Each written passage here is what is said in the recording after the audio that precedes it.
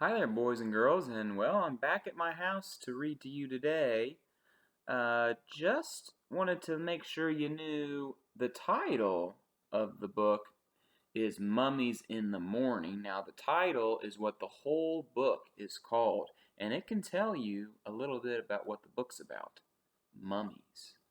Now, we're on chapter 2 today, and it has a title too. It's called Oh Man, Mummies.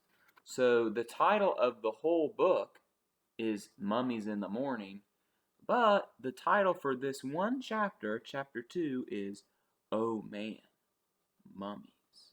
So let's read chapter 2. Are you brave? Jack and Annie looked out the window. The treehouse was perched on the top of a palm tree. The treehouse stood with other palm trees, a patch of green surrounded by a sandy desert. Meow. Jack and Annie looked down. The black cat was sitting at the base of the tree. His yellow eyes were staring up at Jack and Annie. "Hi!" Annie shouted. "Shh!" said Jack. "Someone might hear you." "In the middle of the desert," said Annie. The black cat stood and began walking around the tree. "Come back!" Annie called. She leaned out the window to see where the cat was going. "Oh, wow!" she said. "Look, Jack!" Jack leaned forward and looked down. The cat was running away from the palm trees toward a giant pyramid in the desert. A parade was going toward the pyramid, the same parade as in the Egypt book. Remember how Annie can kind of communicate with animals because she loves animals? "It's the picture from the book," said Jack. "What are those people doing?" asked Annie. Jack looked down at the Egypt book. He read the words under the picture. When a royal person died, a grand funeral procession took place. Family, servants, and mourners followed the coffin. The coffin was called a sarcophagus. It was pulled on a sled by 4 oxen. "It's an Egyptian funeral," said Jack. "The box is a sar. Oh, forget it." He looked out the window again. Oxen, sled, Egyptians, black cat. All were moving in a slow, dreamy way. "I'd better make some notes about this," said Jack. He reached into his backpack and pulled out his notebook. Jack always kept notes. "Wait," said Jack, and he wrote, "Coffin called sarcophagus." "We'd better hurry," said Annie, "if we want to see the mummy." She started down the rope ladder. Jack looked up from his notebook. "Mummy?" he said. "There's probably a mummy in that gold box," Annie called up. "We're in ancient Egypt, remember?" Jack loved mummies. He put down his pencil. "Goodbye, Jack," called Annie. "Wait!" Jack called. "Mummies!" shouted Annie. "Oh, man," said Jack weakly. "Mummies?"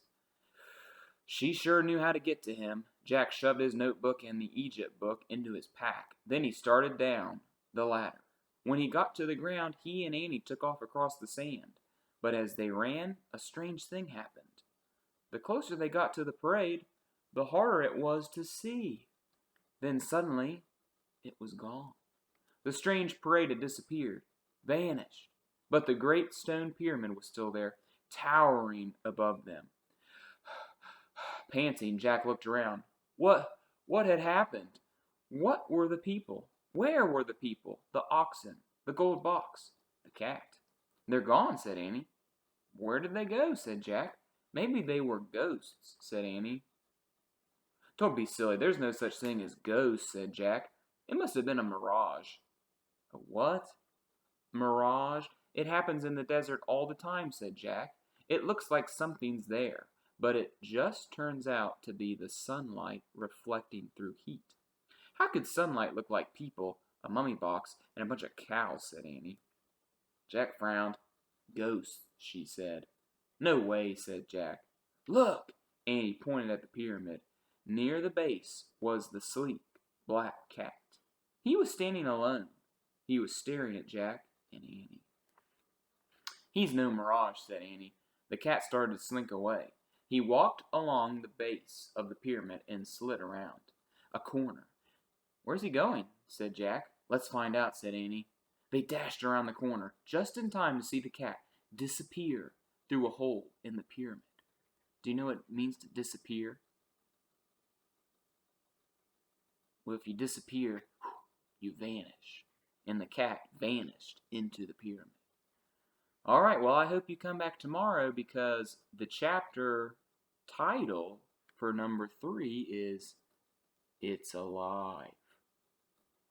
Oh.